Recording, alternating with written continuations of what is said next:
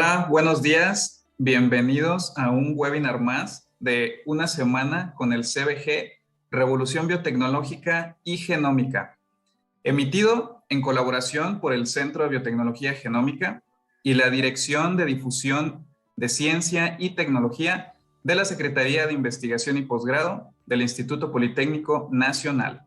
Soy Irán Mendoza, su host, para esta emisión del webinar Monitoreo de las tortugas marinas mediante su ADN.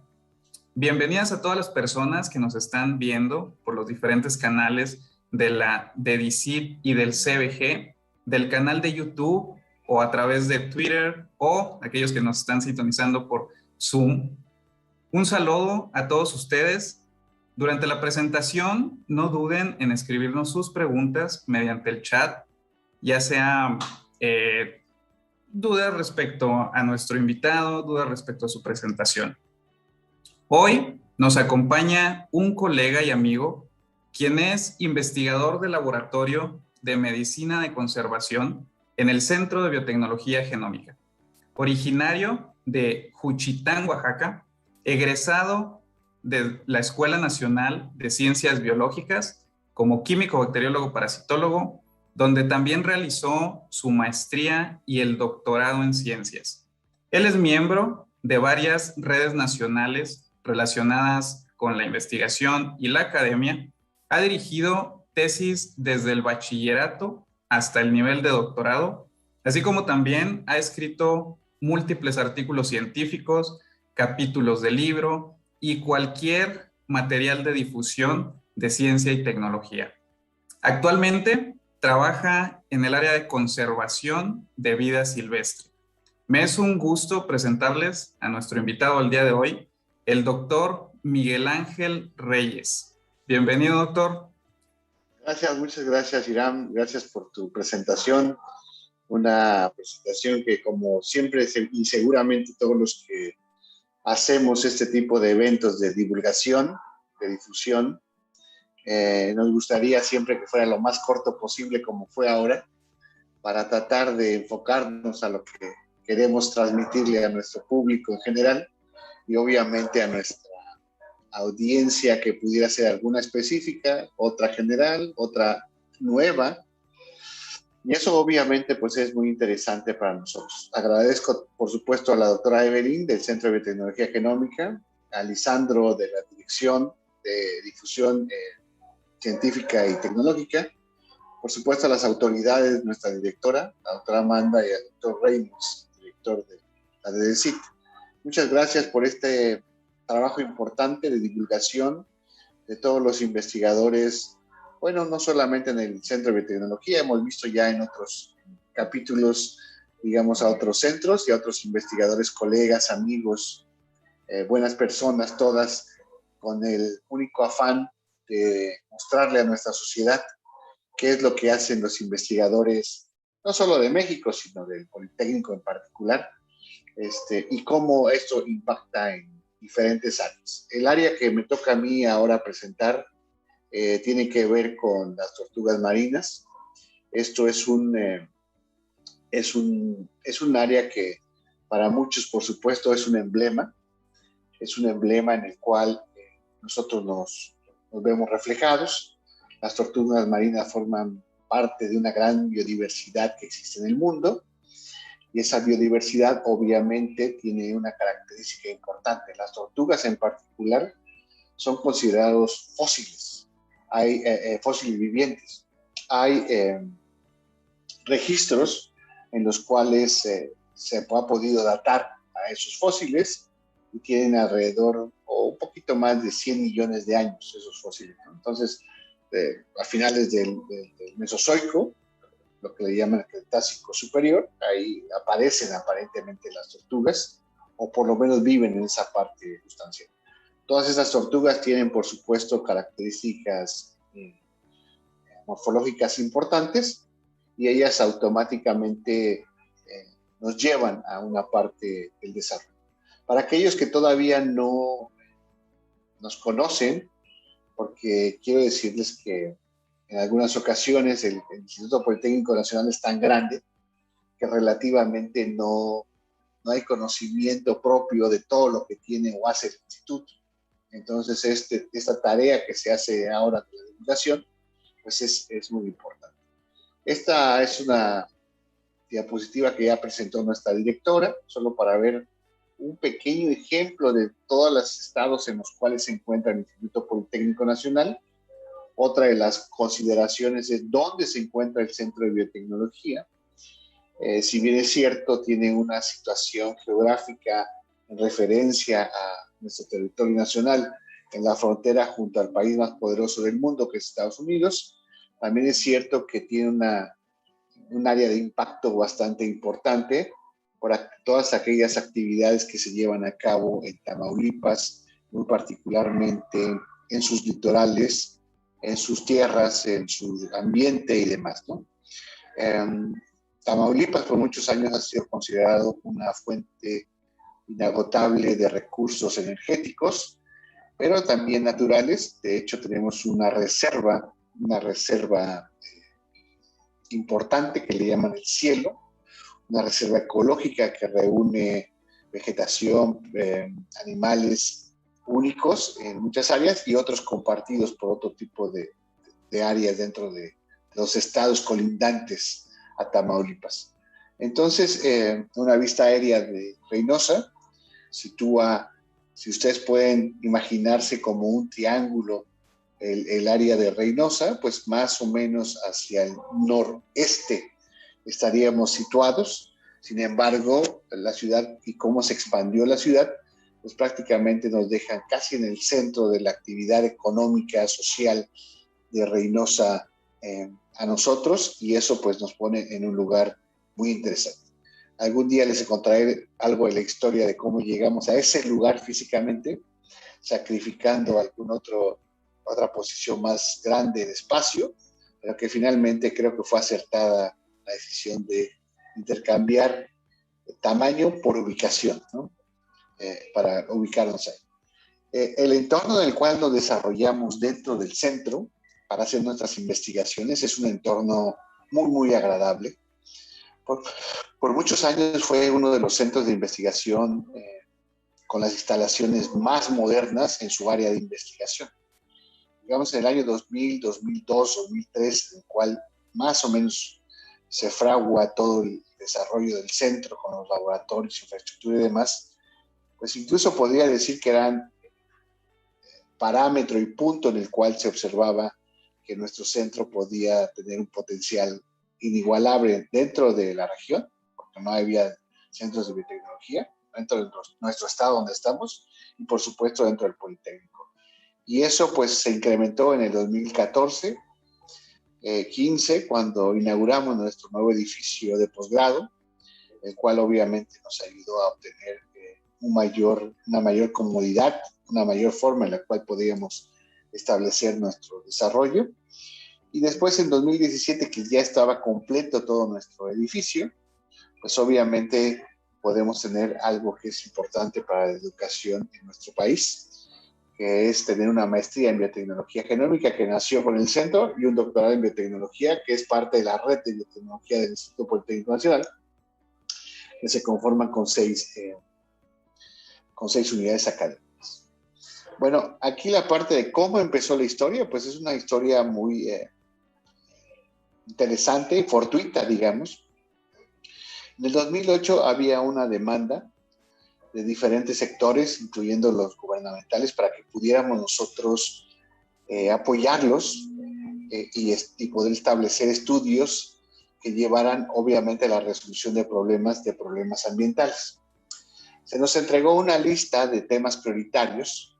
En esa ocasión iban a llegar autoridades estatales y esas autoridades estatales nos iban a poder escuchar si nosotros teníamos alguna propuesta. Obviamente el centro siempre ha sido un centro partícipe de todos estos intereses sociales, los cuales obviamente nos llevan a formar parte de esta sociedad y a tratar de resolver esos problemas que ellos tienen. Las áreas eran ambientales, principalmente, y en particular había una de vida silvestre.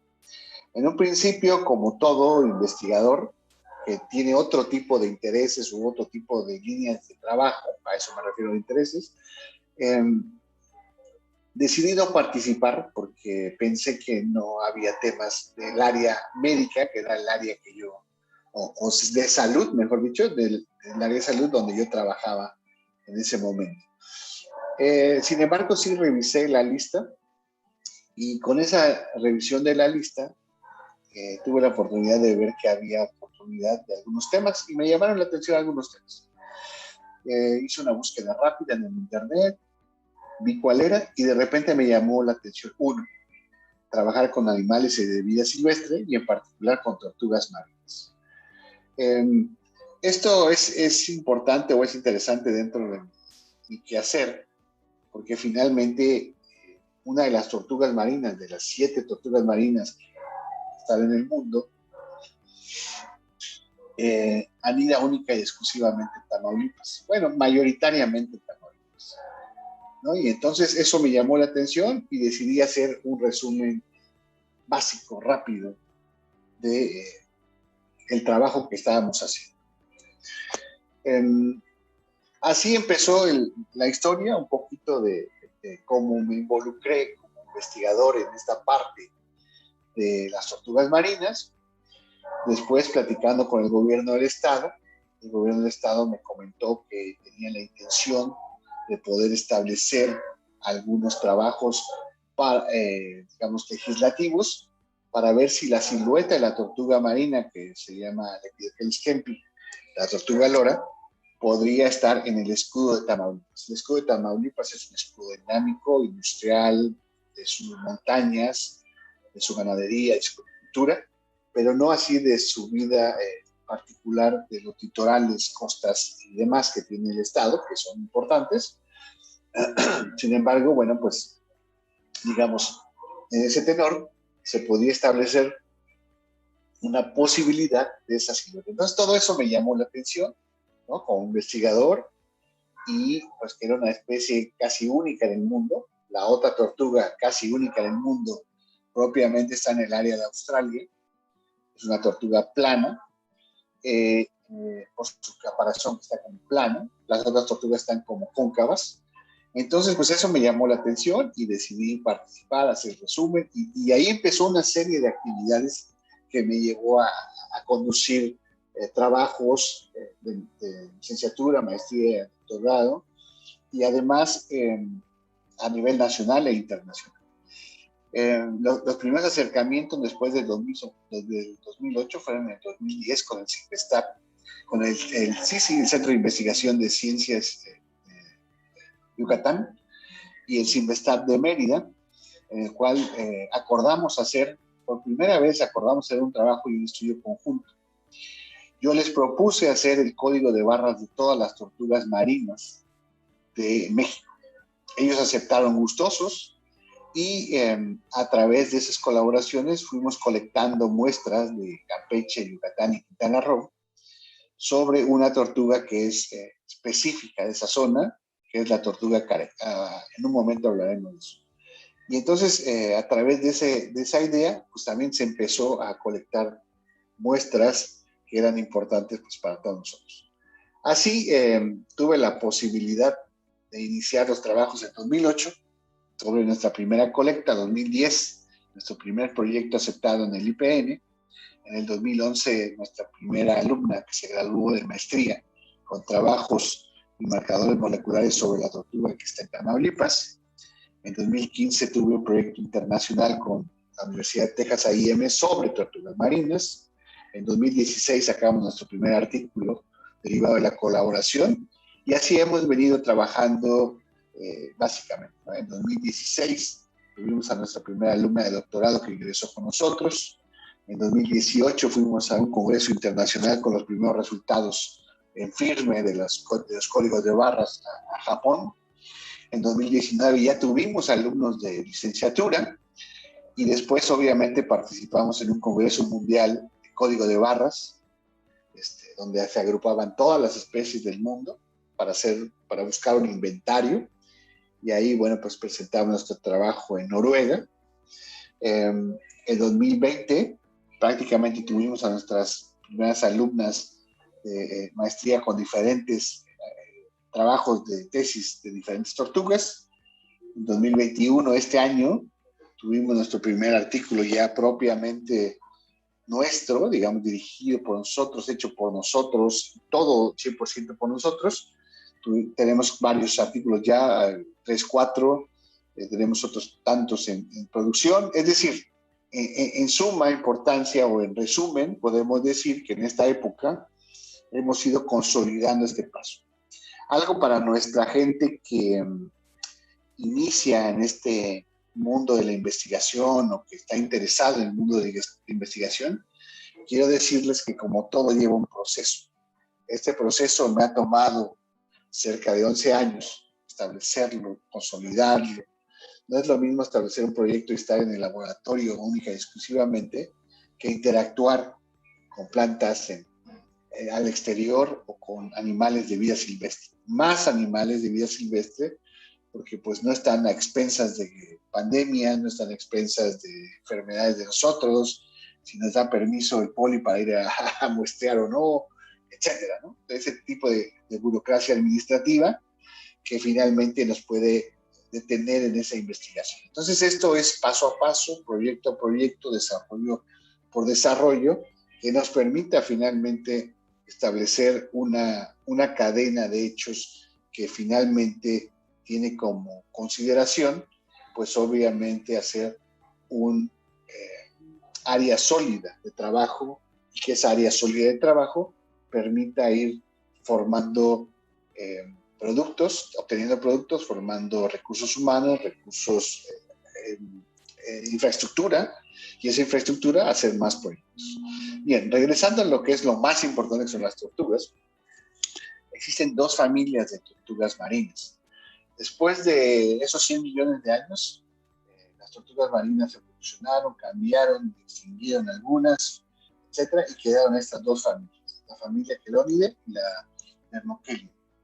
Dentro de esta familia, quiero decirles que hay 2 características que son importantes, ¿no?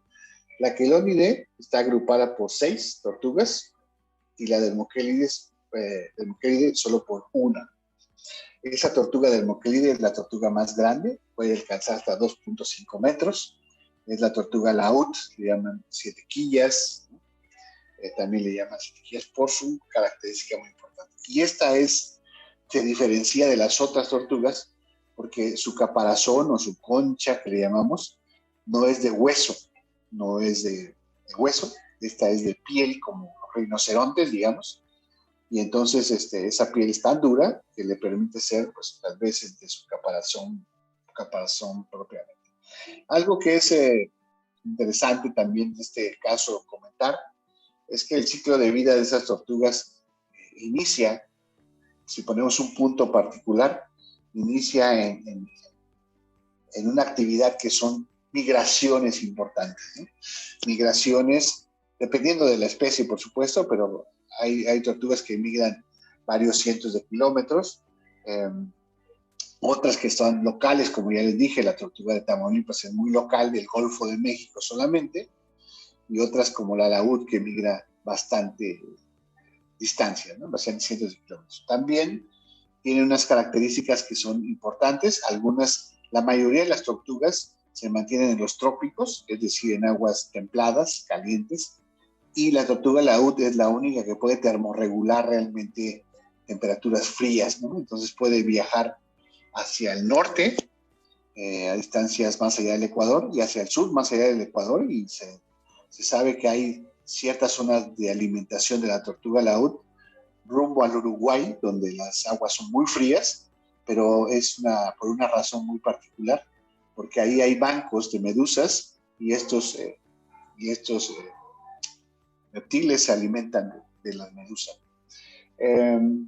Algo que es importante es que todas las tortugas llegan a la playa, desovan en la playa, y ahí empieza, digamos, el ciclo de vida de ellos, ¿no?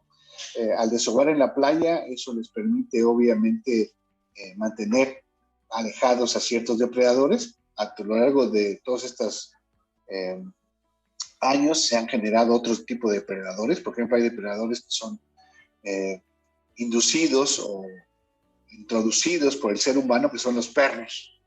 Hay jaurías ferales, ¿no? En el estado de Oaxaca, por ejemplo, que ya son jaurías de perros silvestres o ferales, como llaman, que se alimentan solamente de nidos de tortugas. Y eso pues obviamente se vuelve un problema porque al haber una gran cantidad de nidos de tortuga, pues obviamente hay una gran cantidad de depredadores que se van reproduciendo, pues porque el alimento es vasto. Bien, una vez que desovan ellas, las tortugas dejan totalmente a las crías a la deriva propiamente.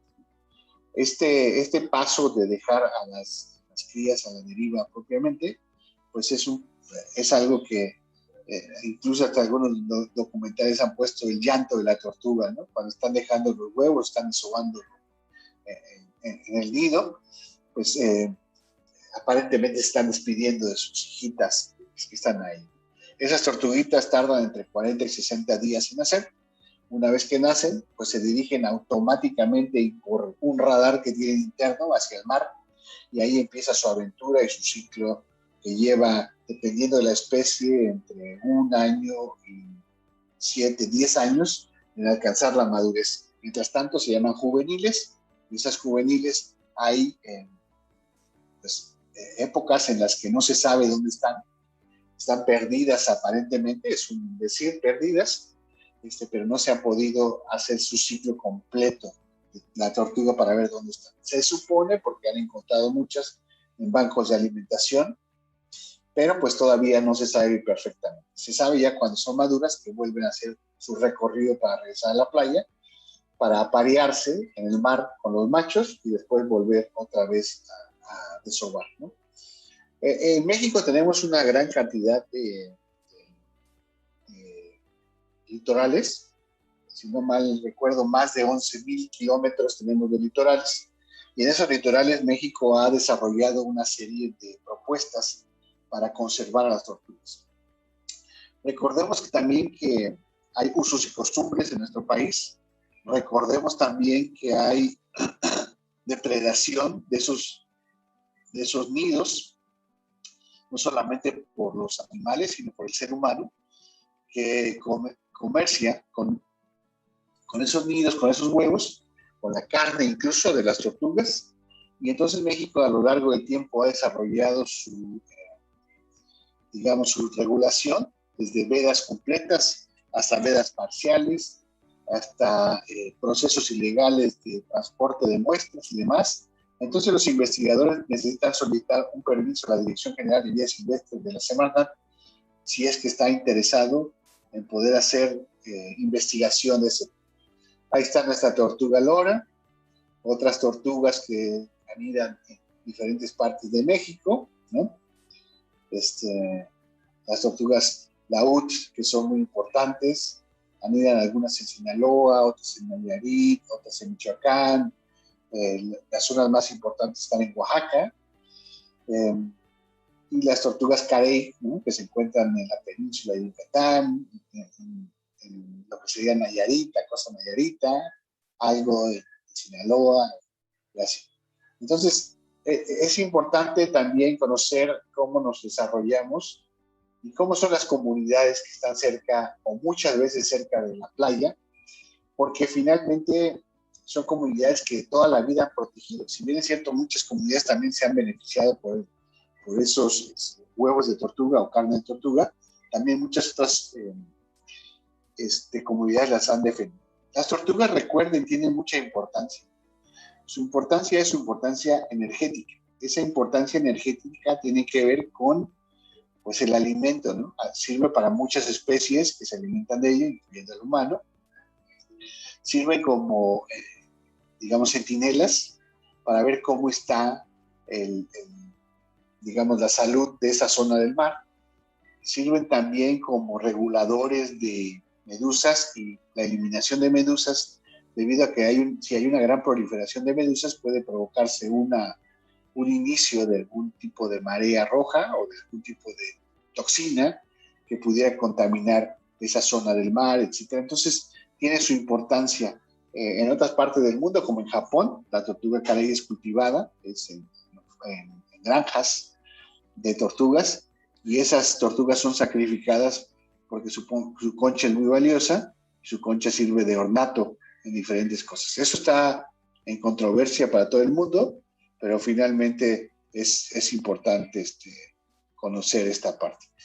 Cuando nosotros llegamos a Tamaulipas y vamos al santuario de Rancho Nuevo, nosotros podemos ver esta comunidad pequeña, esta pequeña comunidad que nos roba el corazón, nos roba el suspiro. Nosotros la observamos y la vemos. No viven más de 100 personas propiamente o 100 familias ahí. Esa es la calle principal, ¿no? de Rancho Nuevo.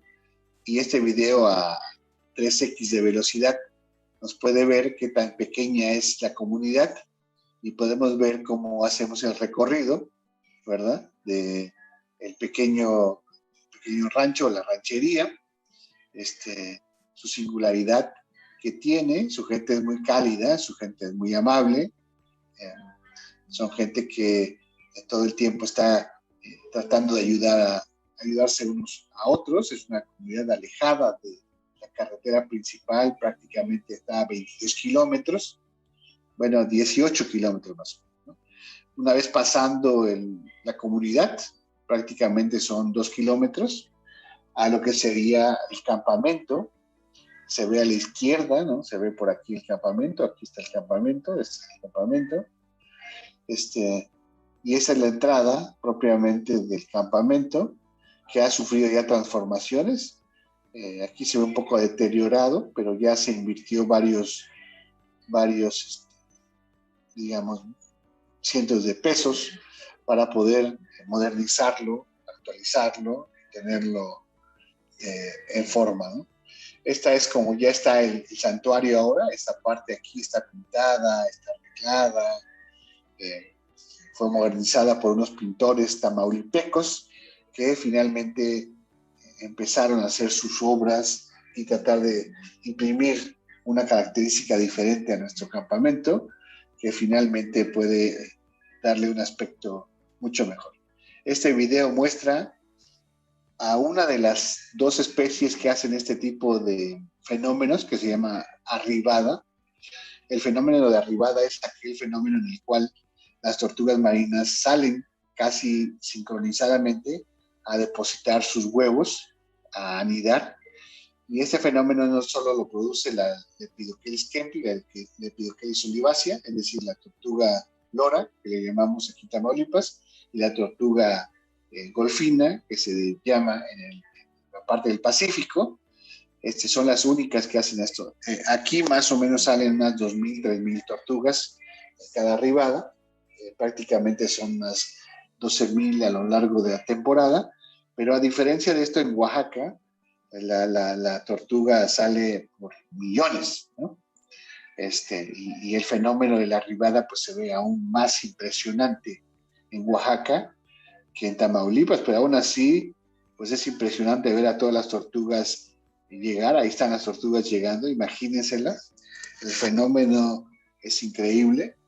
Ves tú salir a un bulto del mar, y cuando sale ese bulto del mar pues obviamente es una tortuga, y de repente desaparecen y aparecen, y bueno, esto es impresionante, ¿no? Como la tortuga llega, una cabeza de una tortuga. Aquí nosotros estamos tratando de tomarle la muestra a la tortuga. Esto es con un permiso especial, ya les dije, y una técnica especial para tomarle la sangre. Normalmente cuando están desobando hay unos 10, 15 minutos dependiendo de la especie, en donde se quedan quietas, inmóviles, como en trance, y uno puede tomarle la muestra propiamente. Aquí podemos observar cómo ya está tapando el nido después de desovar. Este es un fenómeno que hace la tortuga para poder establecer lo que sería propiamente engañar al depredador, ¿no? Mete el nido y empieza a aplanar el nido, y después de que aplanó el nido, pues empieza a dejar como un rastro que le permite obviamente a esa tortuga eliminar el rastro posible. Esa es una característica. Cada tortuga tiene su característica para anidar. Esta de Tamaulipas es eso. Después, como ha sido una especie en peligro de extinción, se toman los huevos que están en la playa y se llevan a un corral para su protección.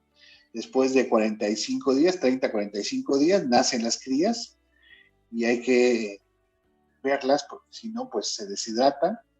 Se toman en estas palanganas, digamos, y las poquitas o muchas que hayan nacido, se colocan cerca del mar para que ellas hagan su proceso normal. Poco a poco hemos ido cambiando esa cultura y hemos podido establecer ahora más nidos en la playa, más nidos naturales, llamémosle así, para que tanto depredadores como tortugas empiecen a hacer su esfuerzo natural para poder obviamente establecer el camino hacia la vida y el camino que recorre las tortugas hacia el mar, ¿no? Esto es prácticamente el término, por así decirlo, de una temporada.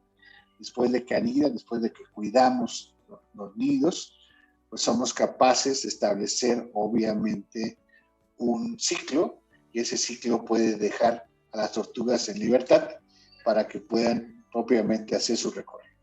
De cada 1000 tortugas, aparentemente un 1% o menos de ellas logra la edad adulta. Entonces sí es importante establecer esto como característica, ¿no? Bueno, una vez esto, que tomamos la muestra, una vez que nosotros empezamos el análisis, que les voy a platicar en esta parte brevemente, es que podamos establecer nosotros cómo vamos a hacer nuestra investigación. Aquí está un diagrama de flujo en el cual tenemos nuestra muestra. Nuestra muestra puede ser huevos que no se han fecundado o que después de 30 días no eclosionaron, no se desarrollaron. Puede ser la sangre que estábamos viendo de la toma de la tortuga. La tortuga puede ser una tortuga que está nidando, un macho que está en el mar o un juvenil que esté también en el mar, ¿no? Después de eso, obviamente, la muestra puede ser de campo. Extraemos el DNA, ese es el material genético que nosotros compartimos los humanos con animales, plantas, insectos y demás, y que es la herencia propiamente de nosotros hacia las siguientes generaciones. Hacemos algo que se inventó en los 80s, que es una reacción en cadena de polimerasa, es decir, ese DNA o ese segmento de DNA puede ser amplificado cientos o millones de veces. Una vez eso, lo que hacemos es secuenciarlo. Esto es una técnica que permite determinar de qué letras, si podemos llamarle así, consta cada secuencia, es decir, como armar el rompecabezas, descifrar de qué está hecho y poder establecer, obviamente, un siguiente paso. También tenemos que tomar de la referencia mundial de artículos previamente publicados o bases de datos, otras secuencias, las cuales se juntan, las que obtuvimos en el campo y las que obtuvimos en la base de datos se juntan y se analizan a través de pasos que ahora se llaman bioinformáticos, ¿no? Se utilizan diferentes pasos bioinformáticos, los cuales nos van a llevar finalmente a estudiar lo que queremos, hacer códigos de barras o hacer genética de poblaciones. Uno nos permite etiquetar a las tortugas como un código de barras de la tienda.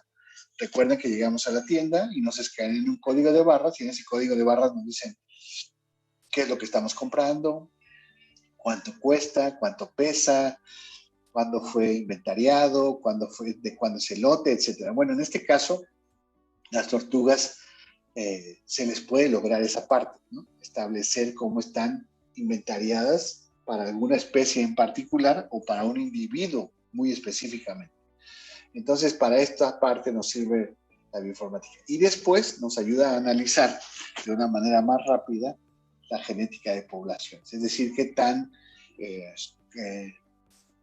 digamos, qué tan sana está una población, qué tan diferente es una población de otra y qué tanto se mezclan las poblaciones entre ellas. Esto es importante porque a veces hay endogamia, es decir, endogamia quiere decir que la población, una sola población se está reproduciendo entre ella y eso puede traer consecuencias físicas, fisiológicas, o si esa población se está mezclando con otras poblaciones y esto hace que se enriquezca el material genético y finalmente tengamos una buena población, básicamente.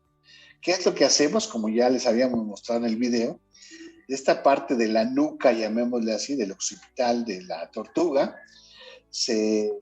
con unas jeringas o unos vacutainers, se llama por la marca comercial, se le insertan la aguja y después se toma o se le extrae la sangre.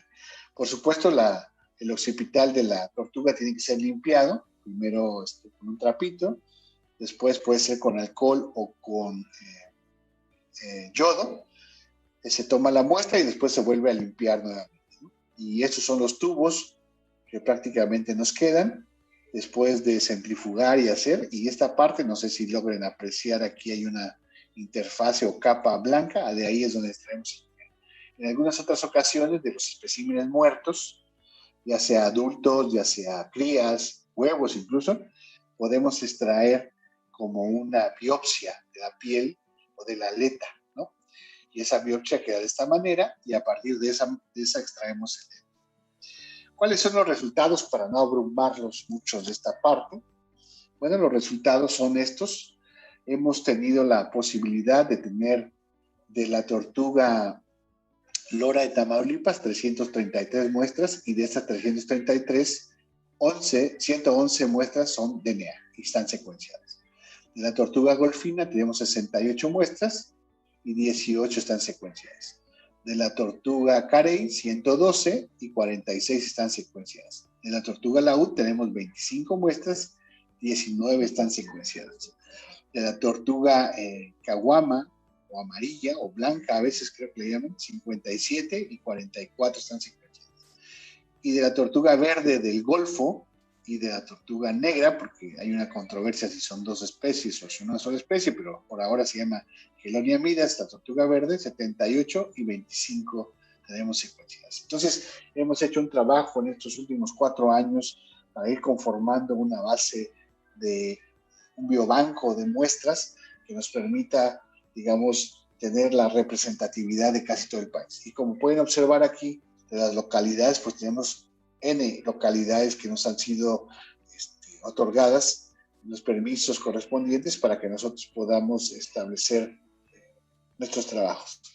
Cada uno de estos trabajos representan tesis de alumnos de maestría, doctorado, representan trabajos de investigación y artículos científicos, por supuesto. Al final de la primera parte, se utiliza un marcador, que es el marcador estándar por excelencia, que es el citocromo oxidasa 1.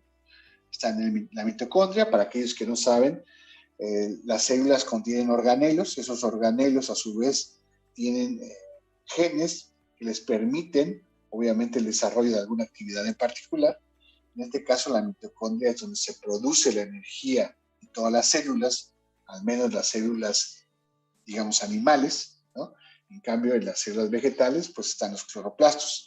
En este caso, de las mitocondrias, pues automáticamente estos genes son conservados, no son muy variables, y por lo tanto se utilizan para hacer código de barras. Aquí están más o menos los resultados que hemos obtenido. Los diferentes colores, cada uno de ellos es una especie, y cada uno de los puntos del mismo color, es decir, representan la riqueza de distribución que puede uno lograr con este gen, ¿no? Pero sí, prácticamente el resultado es que tenemos el código de barras de estos genes. Después, lo que hemos querido hacer con estas especies mexicanas, con estas muestras mexicanas, es establecer el genoma completo, es decir, de qué consta esa mitocondria, cómo está compuesta esa mitocondria, y para eso, con ayuda de la doctora Xochitl Fabiola de la Reina Rosa, del Centro de Biotecnología, que está en el área de informática y en el área molecular, diseñamos un experimento para que en 2 pasos podamos establecer toda la secuencia completa.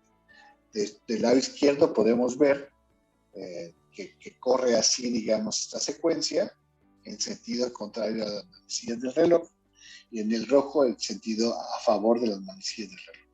Ambos secuencias se traslaparán en 8000 pares de bases y eso nos dará una aproximación directa. Actualmente hemos secuenciado parcialmente las 5 especies, Estas son algunas gráficas preliminares de lo que tenemos.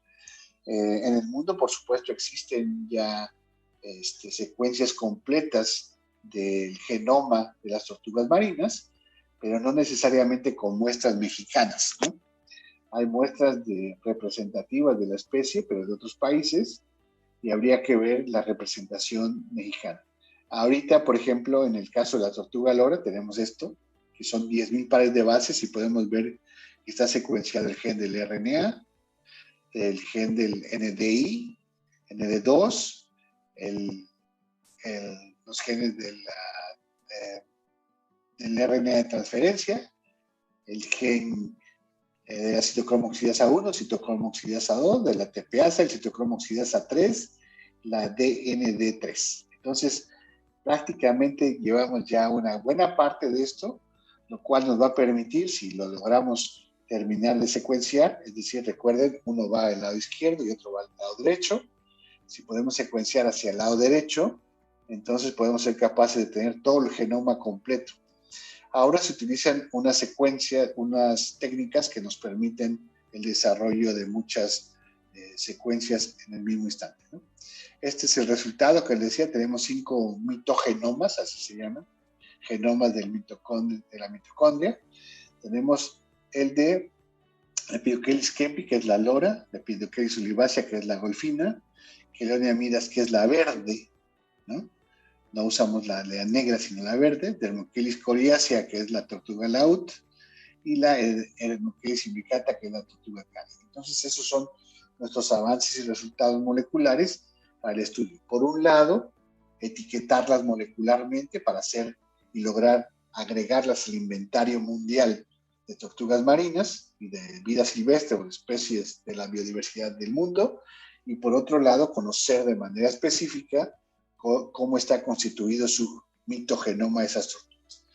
No nos aventuraríamos a secuenciar el genoma completo de la tortuga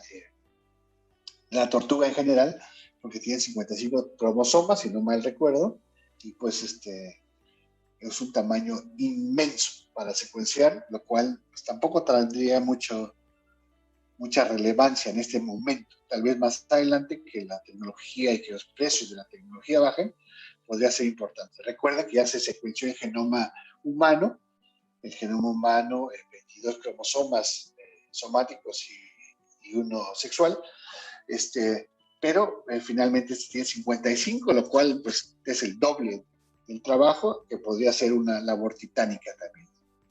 Todo esto nos ha llevado a colaboraciones, como ya expliqué en la primera parte, del análisis de ese trabajo, pero lo más importante creo yo es el establecimiento de colaboraciones con diferentes instituciones mundiales que también se encargan del estudio de las tortugas. Ahora tenemos un trabajo de colaboración con la Universidad de George Mason en Fairfax, Virginia, pegado a Washington, D.C., que nos ha traído como resultados varios trabajos, publicaciones y demás, ¿no? El trabajo también con el Centro de Investigación Interinstitucional de Desarrollo Regional, el CIDIR Sinaloa, en Sinaloa, también nos ha traído trabajos y productos de maestría, doctorado y capítulos de libro en este tema. Ya para terminar, con el tiempo, pues aquí está parte de la gente que trabaja con nosotros día a día, que está con nosotros y que nos ayuda a hacer la investigación.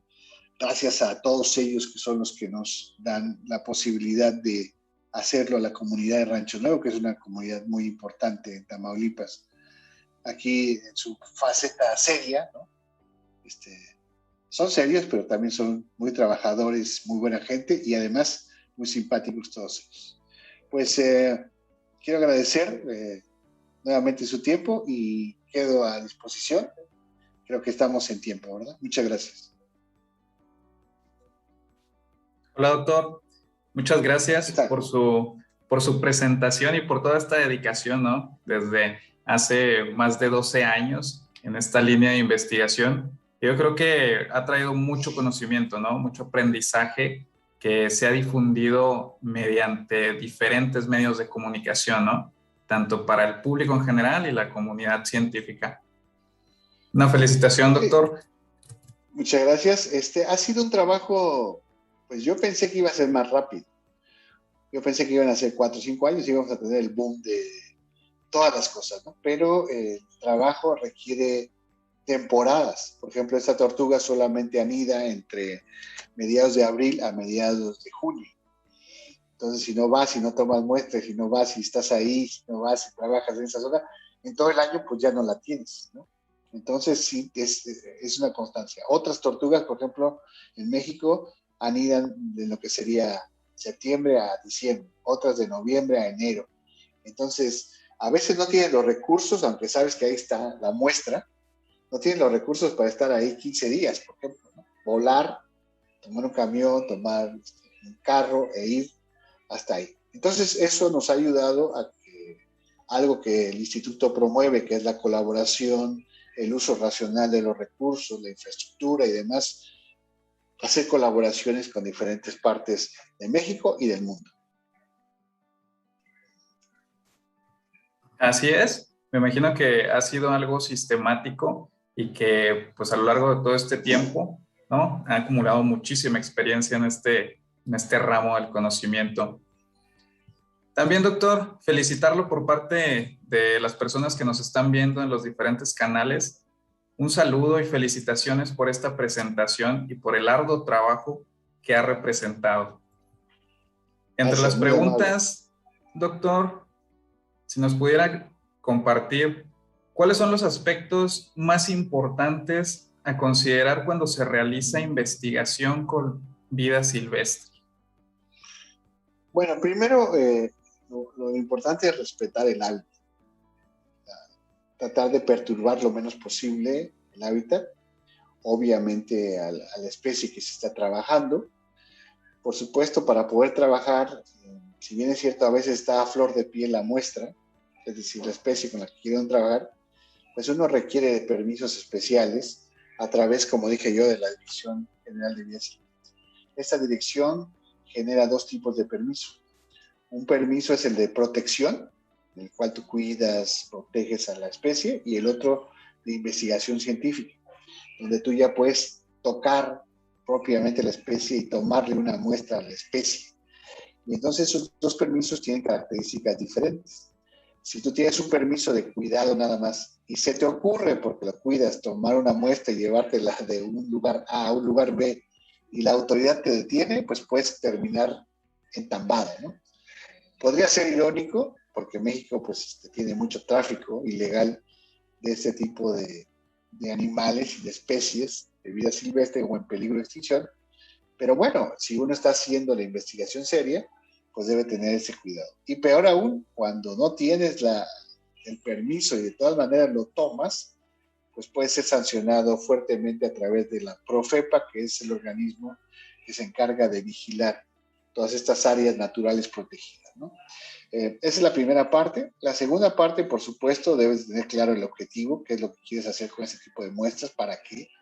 Estudiar su estado de salud, estudiar su reproducción, estudiar su conservación, estudiar el ciclo completo, estudiar qué tan estructurada está la población, que se está estudiando la biodiversidad completa, la genética, la divergencia, es decir, la pregunta concreta, y a través de esas dos áreas, el permiso y la pregunta, me parece que puedes lograr una investigación más sólida en vida silvestre.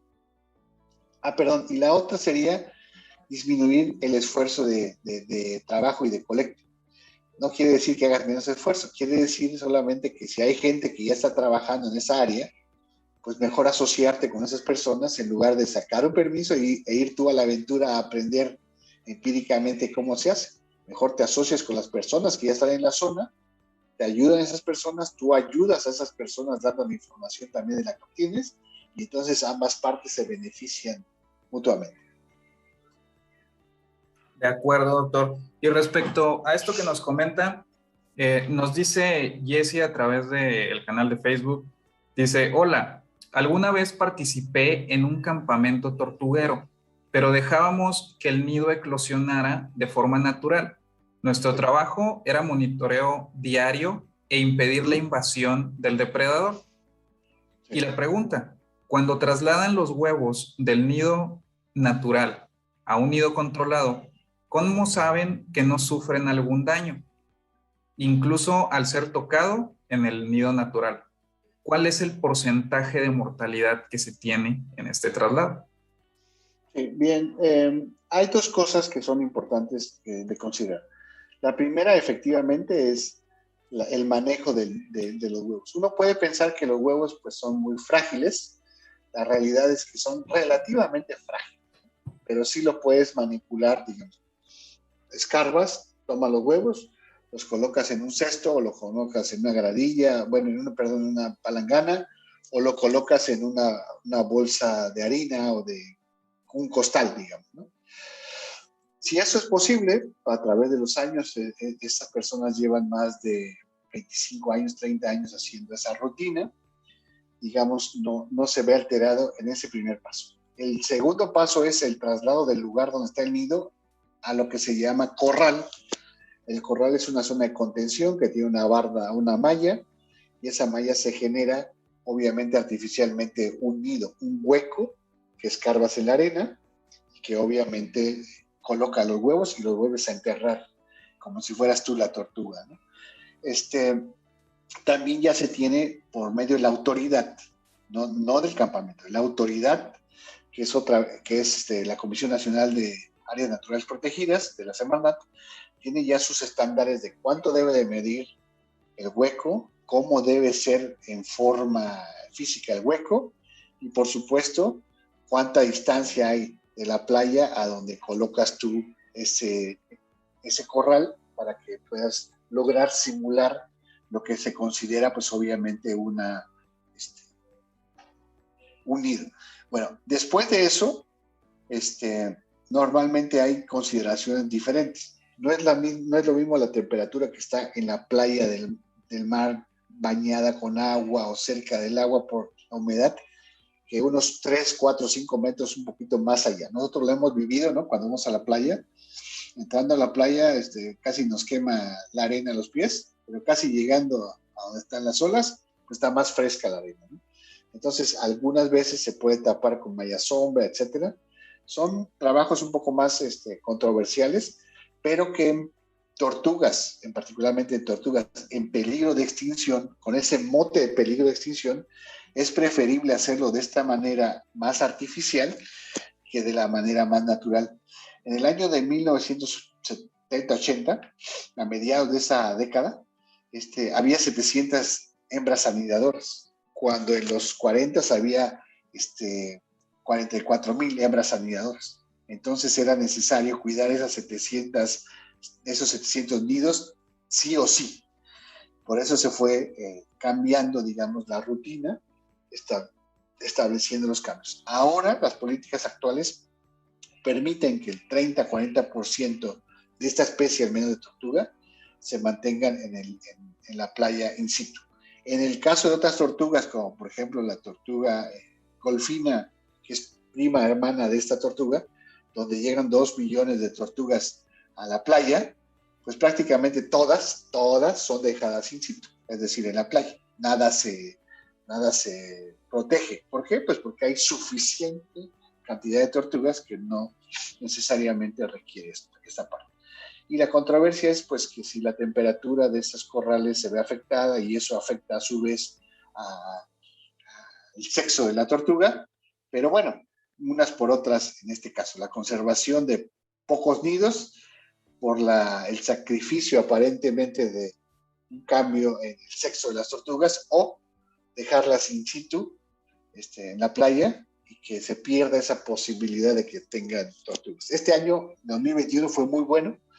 Prácticamente el 80-90% de las tortugas que se quedaron in situ eclosionaron.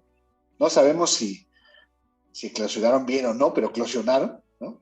Porque llegabas a los nidos y ya estaban abiertos y demás, donde se veían las huellas de las tortuguitas y demás, ¿no? Prácticamente yo pienso que es cerca de en promedio, digamos, cuando cuidas a las tortugas, cerca de un 75% de éxito de que nazcan las tortugas.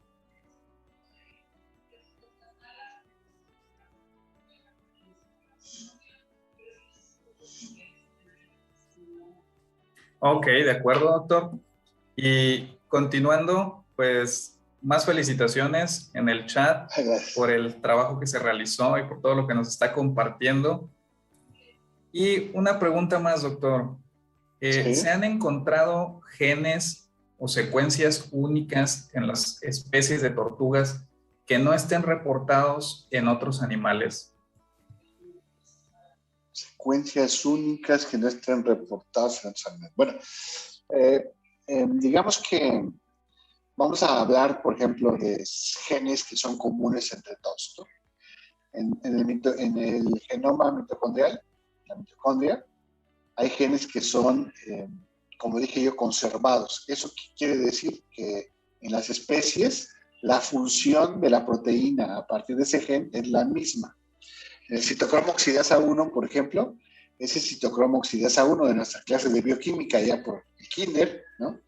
Este, recordemos que eso entra en la cadena respiratoria. Esa cadena respiratoria es conservada y todos los seres que respiramos, llamémosle así, tenemos esa cadena casi intacta, igualita.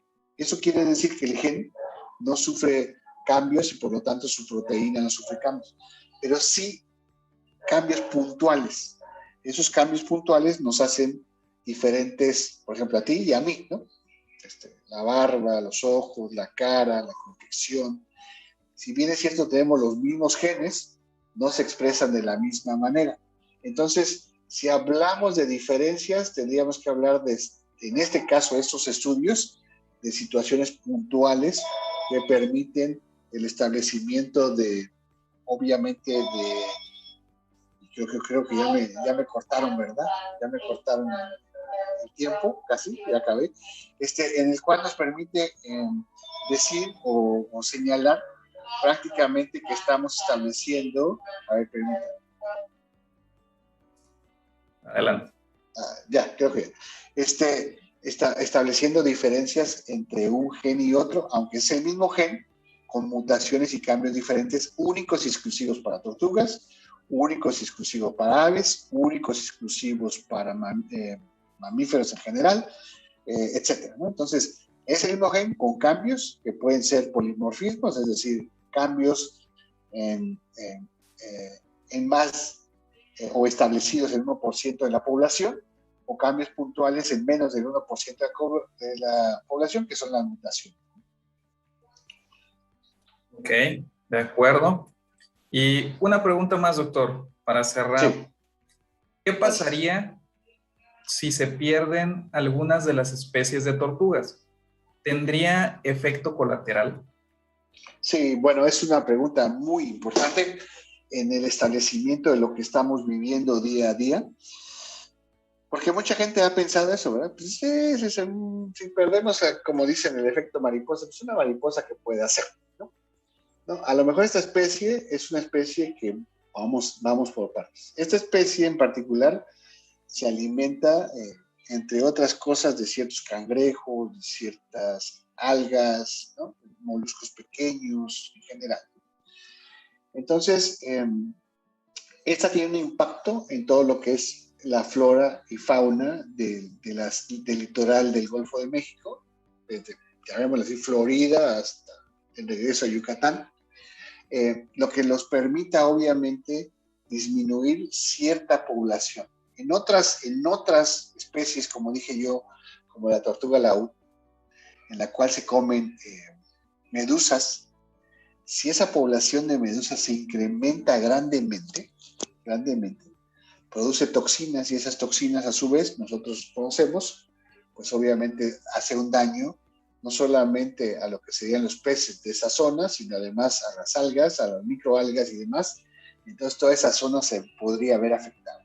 Si hablamos del flujo de energía, todos esos huevos que dejamos in situ en diferentes partes del mundo, lo que ocasiona sería, obviamente, que esos depredadores que se alimentan de ellos, pues ya no tendrían el suficiente o ningún recurso energético para alimentarse, y entonces esa población también disminuiría o decrecería. Entonces el efecto colateral en términos generales del centinela del mar, que son las tortugas, pues se vería afectada en diferentes especies, proliferación de otras, y daño secundario a otras áreas propiamente de ese ecosistema que nosotros estamos estudiando. De acuerdo, pues indudable, ¿no? La importancia de todas las especies, ya sea de animales o algún ser biológico, de la importancia en el ecosistema. De ahí que respetemos, ¿no? Todos los cuidados que ponen las autoridades en las playas, así como cuando es el arribe y también cuando se tienen por ahí sus nidos, ¿no? Para no llegar a mermar el ciclo de estos seres. Exactamente, esa es una recomendación. Si ustedes van a la playa y es una playa donde anidan las tortugas, pues contémplenlo con una cierta distancia, no se acerquen a la tortuga cuando vaya saliendo del mar. La tortuga es muy recelosa, si encuentra alguna condición extraña, hace una vuelta y se regresa y se vuelve a meter. Tal vez regrese más tarde, tal vez no regrese, o regrese hasta la siguiente vez que le toque anidar, porque una tortuga puede llegar 2, 3, 4 veces esa misma tortuga a anidar, deja unos huevos, se va, descansa, regresa, pone otros huevos, se toma un tiempo en volver a regresar, y eso pues se interrumpe obviamente el ciclo natural de la tortuga. Muy bien, excelente, doctor. Pues muchísimas gracias por compartirnos. Al contrario, muchas gracias.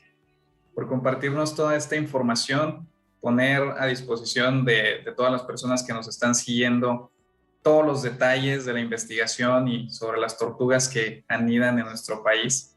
Muchísimas gracias, doctor. Y también un saludo para todas las personas que nos estuvieron acompañando a lo largo de esta transmisión. No lo olviden, vamos a continuar con otros webinars durante el día de hoy y el día de mañana en la semana del CBG. Un agradecimiento a la Dirección de Difusión de Ciencia y Tecnología, así como también a Evelyn y Harper, al staff que está contribuyendo, ¿no? Detrás de cámaras para que se pueda realizar todo este evento. Y un saludo a la directora del Centro de Biotecnología Genómica, a la doctora Amanda Oliva. Y pues bueno, poniendo la técnica al servicio de la patria, nos despedimos de esta emisión. Doctor, antes de cerrar, si gusta compartirnos su contacto, por si hay algún interesado ahí en alguna colaboración. Sí, con mucho gusto. Para mí es un placer compartir estos datos. Aquí está, ¿no? Aquí está mi correo institucional, mreyesl@ipn.mx. El otro correo comercial, mareyesl@gmail.com. El Facebook, @titisreyes. Y el otro página que tenemos es Conservation Medicine Lab en inglés y la numeración correspondiente, pero con eso funciona perfectamente. De acuerdo, pues muchísimas gracias. Con esto nos despedimos y nos vemos más tarde a la 1 con el siguiente webinar. Muchas gracias, doctor. Un saludo hasta Reynosa. Gracias a todos ustedes. Gracias. Hasta luego.